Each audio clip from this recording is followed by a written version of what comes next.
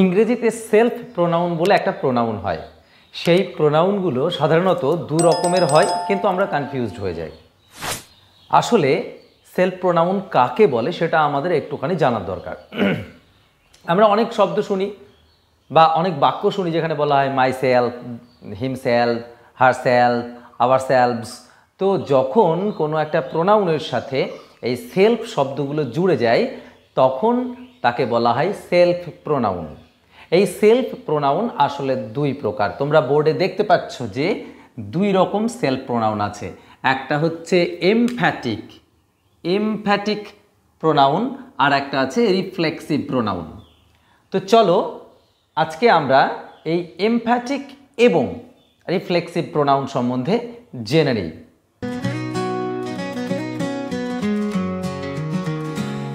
দাদা ক্লাস ঘর ভরা গল্পের ঝড়, পড়াশোনা দারুণ।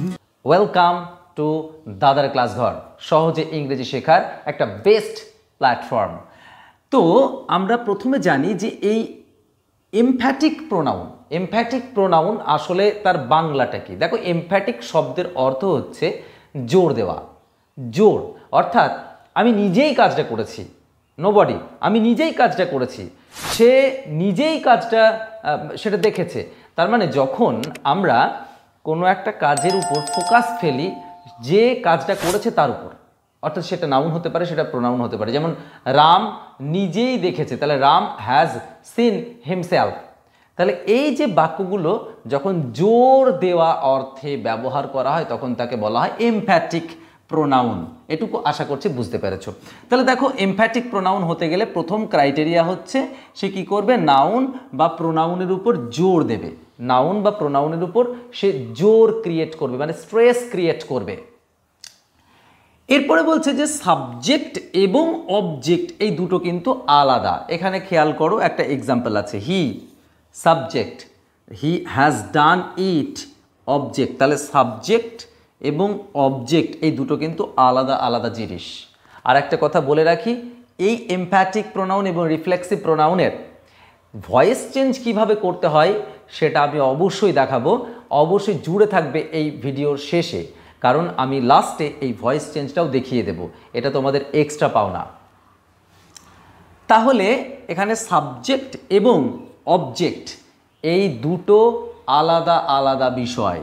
আর একটা জিনিস মাথায় রাখবো যে এই প্রোনাউনটাকে তুমি যদি বাদ দিয়ে দাও, তাহলে কিন্তু বাক্যের অর্থটা যেমন তেমনই থাকছে। অর্থাৎ যে হি হ্যাজ ডান ইট এটাই বোঝাবে, হি হ্যাজ ডান ইট এটাই বোঝাবে।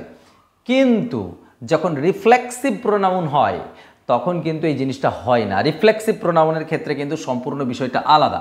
রিফ্লেক্সিভ প্রোনাউন জোর দেওয়ার জন্য ব্যবহার করা হয় না, ফার্স্ট অফ অল। সেকেন্ড হচ্ছে এর সাবজেক্ট এবং অবজেক্ট একই। চলো একটা উদাহরণ আছে, হি ব্লেমড হিমসেলফ। দেখো এইখানে হি যে আর এইখানকার হিমসেলফ যে দুটো সেম। অর্থাৎ আমরা যখন এমফ্যাটিক দেখেছিলাম সেখানে অবজেক্ট কিন্তু আলাদা, কিন্তু এই ক্ষেত্রে সাবজেক্ট এবং অবজেক্ট দুটোই কিন্তু same. That is the main point, কি পয়েন্ট। আর এই প্রোনাউনটাকে তুমি যদি বাদ দিয়ে দাও তাহলে কিন্তু এর অর্থটাই আসবে না। সে নিজেই নিজেকে দোষারোপ করেছিল। অর্থাৎ তুমি যদি এই সেলফ প্রোনাউনটা বাদ দিয়ে দাও এর কোনো মিনিংই আসবে না।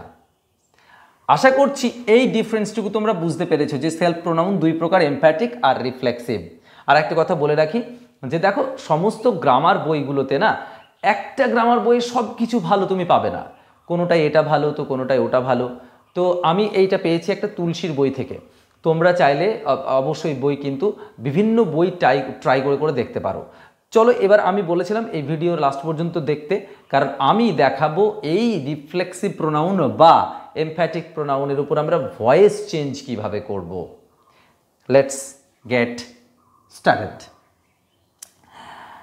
প্রথমেই বলছি, দেখো এইখানে তো খুব সহজ বিষয়, এটা অবজেক্ট,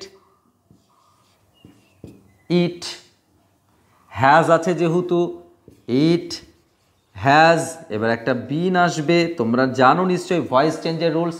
এখনও যদি ভয়েস চেঞ্জের রুলসগুলো তোমরা জেনে না থাকো অবশ্যই ডেসক্রিপশানে দেওয়া আমার রুলসগুলোকে ফলো করো। আশা করছি তোমাদের ভয়েস চেঞ্জ সম্বন্ধে আর কোনো প্রবলেম থাকবে না। ইট has been, done, it has been ডান। ওকে, এইবার কি হবে দেখো, এই হি আর হিমসেলফ এই দুটো কিন্তু আমরা একটু গুলিয়ে ফেলবো না, এখানে জাস্ট আমরা এই সেলফ প্রোনাউনটাকে নেব যে it has been done by himself, that's it, voice change হয়ে গেল। অর্থাৎ আমরা যখন এমফ্যাটিকের ক্ষেত্রে করব তখন কিন্তু এই রুলসটাকে ফলো করতে পারি। এই ক্ষেত্রে কি করব, এই ক্ষেত্রে তো অবজেক্ট এবং সাবজেক্ট দুটোই সেম, তার জন্য এর ভয়েস চেঞ্জটা কিন্তু এর মতো নয়, অর্থাৎ এমফ্যাটিকের মতো নয়। এই ক্ষেত্রে কি করব আমরা, হি, যেহেতু past indefinite tense, he was blamed by himself, he was blamed by himself. এখানে কিন্তু সাবজেক্ট এবং অবজেক্ট এক হওয়ার দরুন আমরা এইভাবে করলাম। আশা করছি তোমরা এমফ্যাটিক এবং রিফ্লেক্সিভ দুটো প্রোনাউনকে আলাদা করে চিনতে পেরেছো, তাদের সম্বন্ধে জানতে পেরেছো এবং তাদের যে ভয়েস চেঞ্জ আশা করছি তোমরা বুঝতে পেরেছো। ভিডিওটা শেষ পর্যন্ত দেখার জন্য থ্যাংক ইউ। দাদা ক্লাস ঘর ভরা গল্পের ঝড়, পড়াশোনা দারুণ পরপর।